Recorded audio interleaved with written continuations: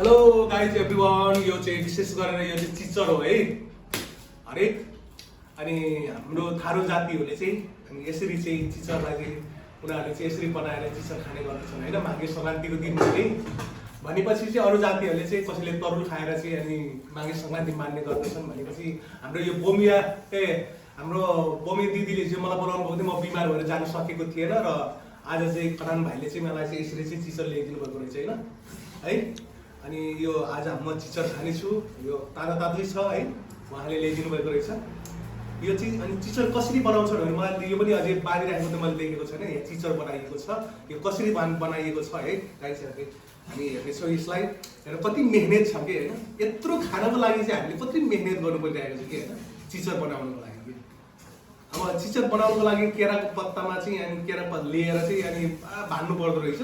तर चाहिँ केले बाँधेको, यहाँ यस्तो मेहनत गरेर बाँध्नु परेको छ हेर्नु त गाइस है, यसरी चाहिँ बाँधेको छ क्या होइन।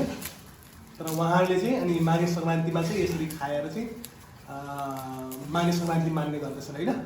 ल हामी क्रिस्चियन भए तापनि माघे सङ्क्रान्ति नमाने तापनि हामी के गर्दछौँ भने यसलाई चाहिँ अनि खाएर अनि हामीले चाहिँ अब रमाइलो गर्दछौँ होइन। अनि अरूले चाहिँ माघे सङ्क्रान्तिमाको यताउति के गरेर चाहिँ माघे सङ्क्रान्ति मनाउँछन् भने हामी चाहिँ खाएर मनोरञ्जन गर्दछौँ होइन। गाइस हामी हेर्न सक्छौँ यो चिसरलाई चाहिँ म खोल्दछु है। यसरी चाहिँ ओहो कति प्रकारले बाँधेको छ कि होइन, यहाँ यस्तो गरेर बाँधेको रहेछ कि है, यसरी बाँधेको रहेछ है। अझै यहाँबाट नि यस्तो गरेर बाँधेको रहेछ कि होइन। अनि ओहो यहाँ यस्तो छ, ओहो अर्को रन्कन पनि, ओहो अर्को रन्कन पनि है गाइस। केले बाँधेको हो कि यस्तो मेहनत कि यत्रो चिज खानको लागि चाहिँ कत्रो मेहनत लाग्ने चिज लाग्यो होइन। अब हामी यसलाई खोल्दछौँ, खोलेपछि चाहिँ हो यसरी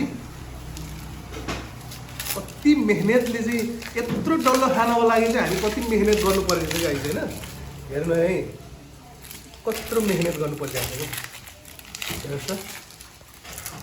यसरी चाहिँ फेरि यो चाहिँ फेरि एकदम गुलियो हुन्छ क्या गाइस होइन। खान त म पहिला खाइसकेको छु, तर चाहिँ यसरी चाहिँ कनान भाइले ल्याइदिनु भएको।